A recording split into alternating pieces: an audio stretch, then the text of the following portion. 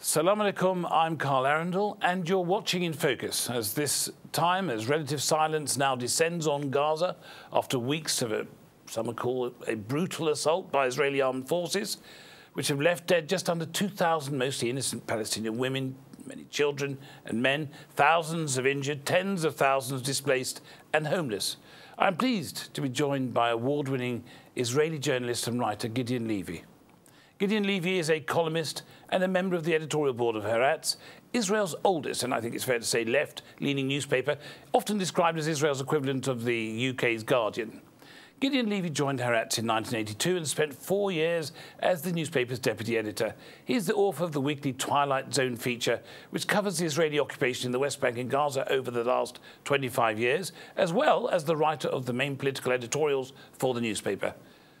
Gideon Levy was the recipient of the Euro Med Journalist Prize for 2008, the Leipzig Freedom Prize in 2001, and the Israeli Journalists Union Prize in 1997, and the Association of Human Rights in Israel Award for 1996.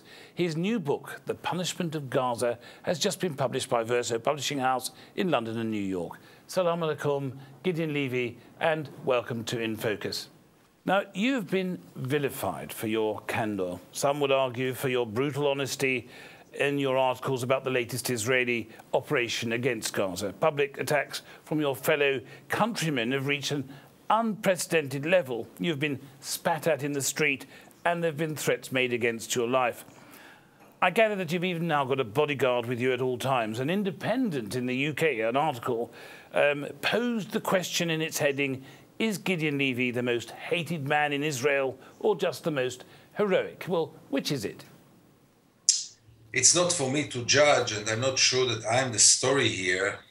When the article, the interview in the Independent was published, I'm not sure I was the most hated man in Israel.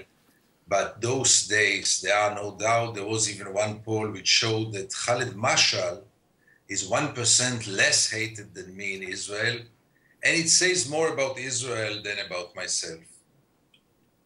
Now, last month, in a hugely controversial op-ed piece in Haaretz, you attacked the Israeli Air Force pilots for their part in bombing innocent women and children in the Gaza Strip. You urged them to disobey orders, according to the comments, an act which has by some been variously described as venomous or even treasonous. You wrote, "They have never seen an enemy plane coming toward them. The last aerial battle of the Israeli Air Force took place before most of them were born.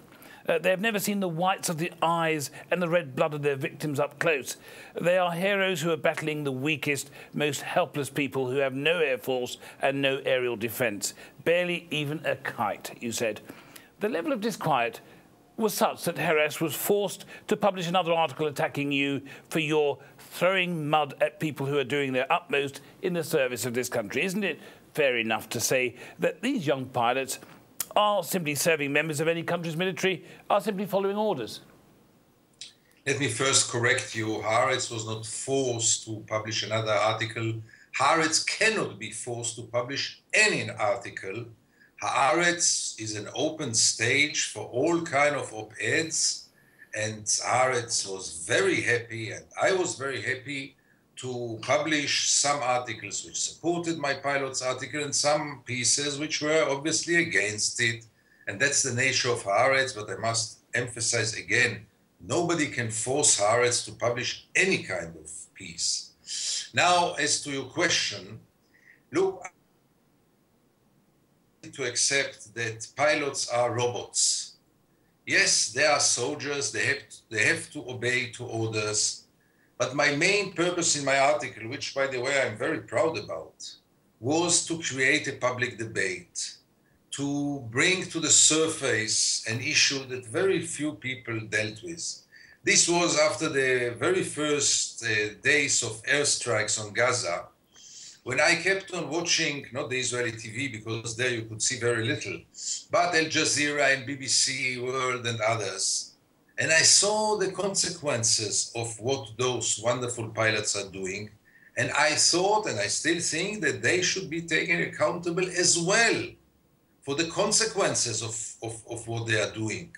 They should at least be aware to what they are doing, because from the cockpit, you see very little. You just see black dots running away, and that's it. And then some kind of smoke and mission achieved. This was for me very, very important, at least to create an awareness. And, you know, also the question of obeying orders is an open question. Any order, even illegal orders, this is still to be discussed. Anyhow, I wanted to create this public debate, to bring it to the awareness of the people. So, and I can tell you just one thing to conclude it, that as far as I know, there is not a single pilot in the Israeli Air Force who didn't read this article. And this by itself is for me a big achievement. So what did you make of the comments of the Knesset member, chair of the coalition, in fact, Yariv Levin, who says that you ought to be put on trial? And I'm quoting him. He says, for spreading lies in the service of the enemy. He says, when someone who lives amongst you turns himself into an enemy mouthpiece while spreading lies out of the hope that this will undermine your ability to wage war, this is called in simple Hebrew treason. Do you think that his position is in any way understandable, possibly even justified? What is ununderstandable and unjustified is the real deep cracks in Israeli democracy. Because if a senior member of the parliament, a senior member of the biggest party, and a lawyer by profession has such a level of ignorance, so little understanding about the meaning of democracy in times of war and in times of peace, if this is the level of our senior politicians, then Israel is in problem, not myself. Israel is in a problem because this man has only one slight problem. He has no idea whatsoever what does it mean to live in a democracy. And this worries me much more than one politician or the other. Now, you recently visited the village of Ashkelon in southern Israel, a regular target, I understand, for Hamas rockets. And you wrote, a visitor here is struck immediately by two major differences between Operation Protective Edge and its two reprisal predecessors, Cast Lead and Pillar of Defence. It is far more violent, you said, nationalistic, religious, militaristic, and above all, aggressive and intolerant. Now, I know that you, as an Israeli journalist, are actually not allowed to enter the Gaza Strip, but can you explain what you find so unique about this particular Operation Protection Edge, and whether you think it has shifted public opinion in Israel, perhaps more to the right? I think Israel never faced such dark days in terms of cracks in its democracy and such lack of tolerance and violence and aggression toward anyone who tried to raise an alternative voice or to criticize or even to express empathy toward the Palestinian sacrifice. Even this was unacceptable in Israel. And I can explain you or demonstrate you the difference in a very simple way, because I wrote a very similar article in Operation Cast Lead about the Israeli pilots, and then it was rather accepted. And 8 years later, this witch hunt, this hysteria in Israel against this article, in a nutshell, the whole story. Israel deteriorated in those 8 years in its most important asset, namely being an open society and a democratic society, at least to its Jewish citizens. Even this is not true anymore. Israel is maybe an open and liberal society toward its Jewish citizens who support the majority. Now, in one of your articles, you wrote of how a retired Israeli general, Major General Oren Shachor, had joined other voices in making monstrous proposals. This is quoting you. If we kill their families, they had said, that will frighten them. We must create a situation such that when they come out of their burrows, they won't recognise Gaza. Some would suggest that his proposal has been actually realised. Would you agree with that? And what is your understanding of the Israelis' actual government strategy in going into Gaza in the first place? Monsters suggestions were really flooding Israel, mainly in the social media, from talkbackists to generals, politicians.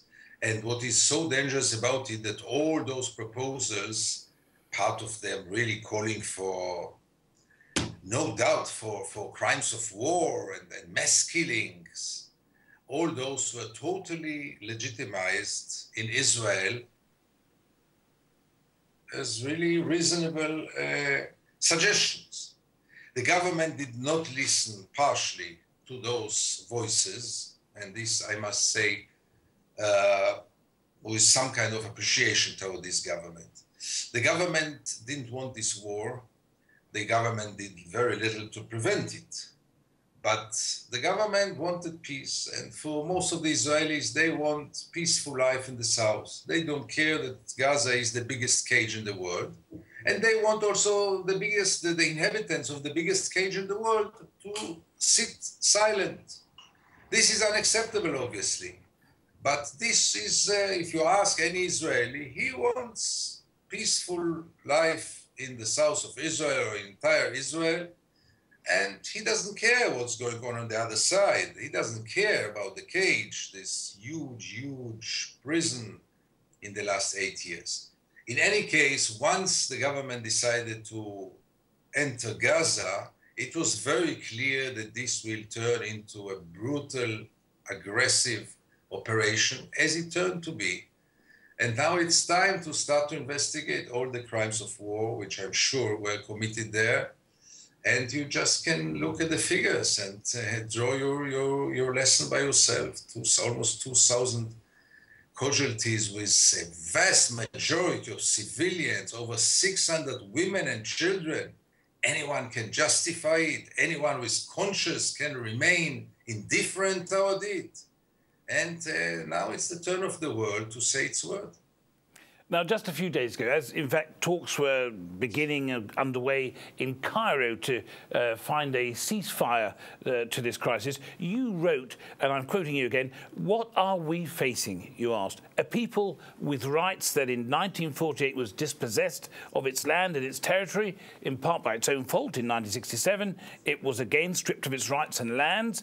Ever since, it has lived under conditions experienced by few nations. The West Bank is occupied and the Gaza Strip is besieged. The nation tries to resist with its meagre powers and with methods that are sometimes murderous, as every conquered nation throughout history, including Israel, has done. It has a right to exist, it must be said." This you said.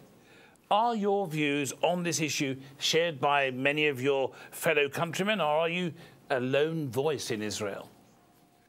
I guess you know the answer by yourself. I am a very lonely voice in Israel. I stand for tiny, tiny minorities of Israelis. But as you very well know, history is full of examples in which the brainwashed majority was totally wrong and a very, very tiny minority was right. The fact that I stand for a very tiny minority does not make my standing less justified or does not make me less devoted to fight for it.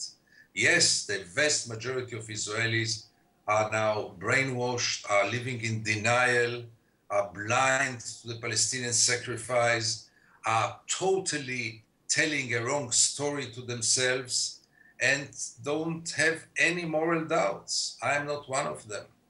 Now, the British government has come under increasing criticism for its failure to condemn the raw aggression of Israel in this latest operation and its refusal to even accept the use of the term disproportionate when describing Israel's response to the rocket firing from Gaza. A British cabinet minister, Baroness Varsi, in fact the first Muslim in British cabinet, recently sensationally resigned from office, stating, and I'm quoting her, "My view has been that our policy in relation to the Middle East peace process generally, but more recently our approach and language during the current crisis in Gaza is morally indefensible, is not in Britain's national interest, and will have a long-term detrimental impact on our reputation international and domestically." Do you believe that the inaction, the lack of criticism from the international governments in respect of the actions of Israel on this current action, the continued siege and the occupation means that they, in fact, share culpability with the Israeli government for the continued plight of the Palestinians? Undoubtedly. I mean, the role of the West and mainly of Europe is, for me, an enigma. I was sure that after Operation Cast Lead back in 2008, Europe will draw its lessons, because also in 2008, Europe had applauded to Israel for its aggressive action in Gaza. And only months later, when the dust of the battlefield became clearer, only then Europe started to raise some critical voices. I was sure that this time Europe and the United States, led by Barack Obama, will react in a different way. And unfortunately, I was totally surprised. Again, the West, Israel, to do almost whatever it wants without really putting any pressure on Israel to put an end to it, to keep some kind of proportional steps, but nothing. And I can't explain it. It's for you to explain this enormous gap between the position of most public opinions in the West and their governments. While the public opinion in the West about Israel, the government supports Israel, continue to support Israel, to pay some lip service, but nothing more than this. And I don't know to explain this gap. Finally, we are dealing with democracies in the West, and why would it be such a gap between the public opinion and the politicians? Now, you've recently published a book, The Punishment of Gaza is entitled, which looks at Israel's invasion of Gaza back in 2009. You refer to it as an act of aggression which left over 1,000 Palestinians dead at that time and devastated the infrastructure of an already impoverished enclave. I'm quoting you. You indicate that from the election of Hamas in 2005, which you describe as the year of Gaza's liberation, to 2009, that Israel abandoned any pretense of diplomacy in favour of provocation and raw military power, with the ultimate aim of denying Palestinians any chance of forming their own independent state. Do you believe that this deception in terms of peace negotiations continues today? No doubt. Look at the facts on the ground. Israel had stopped the so-called peace talks because it refused to release some 25 old prisoners. This was enough of an excuse for Israel to Israel never had a real serious intention to give up the occupation, not even for a single moment, not even in the days of the Oslo Accords. And they have a very simple proof for it. Israel never stopped building settlements. And as long as Israel is building settlements, the message is very clear. Israel has no intention to give up the territory, because nobody serious who builds even one more building in the West Bank means to return it ever. And this is the lesson. Israel never wanted to give up the occupied territories, and nothing is new about it. So you mentioned about the continued building of settlements in the West Bank. Are you saying that you believe that the idea of a two-state solution is completely a misnomer, is no longer feasible? Unfortunately so. I was a great believer of the two-state. Train left already the station. I think we missed this opportunity. I don't see any politician, any Israeli politician evacuating more than 500,000 settlers. There is no viable independent state without evacuating 500,000 settlers. And therefore, I think that all the talks about the two-state solution have only one purpose: to gain more time, so Israel will deepen even more its occupation. Otherwise, nobody who really knows the map and knows the geopolitical map and the demographic map, anyone cannot stick to this two-state solution anymore, because, as I said, the opportunity for this is over. Now, you have suggested that Israel actually doesn't want peace. Do you have any optimism at all that the talks currently taking place in Cairo can deliver a meaningful result, perhaps even ending the siege of Gaza and bringing an end to the occupation of West Bank? No, I don't have right now any kind of optimism. I don't see any hope because the change will not come from within Israel. Life in Israel is quite good, and there is no incentive for most of the Israelis to go for a change. They care very little about the occupation. They know even less about the occupation. Their life is pretty good. And why would they go for all this headache of evacuating territories, of evacuating 500,000 settlers? There is no leadership in the horizon of Israel who will be courageous enough to lead Israel, to use a new language, to really make a revolutionary change in its policy. And therefore, I'm left with very little hope. The only hope can be from the international community, who might change its way and start really to intervene here and put an end to the Israeli occupation. But I don't see signs for it either. Gideon Levy, sadly, we have come to the end of our exchange. I would like to take this opportunity to salute you for your courage, to say what an honour it has been to talk to you, and to thank you very much for joining us today on Islam Channel. So I'm just going to thank you. Thank you very much for having me. Thank you. Bye. Bye-bye.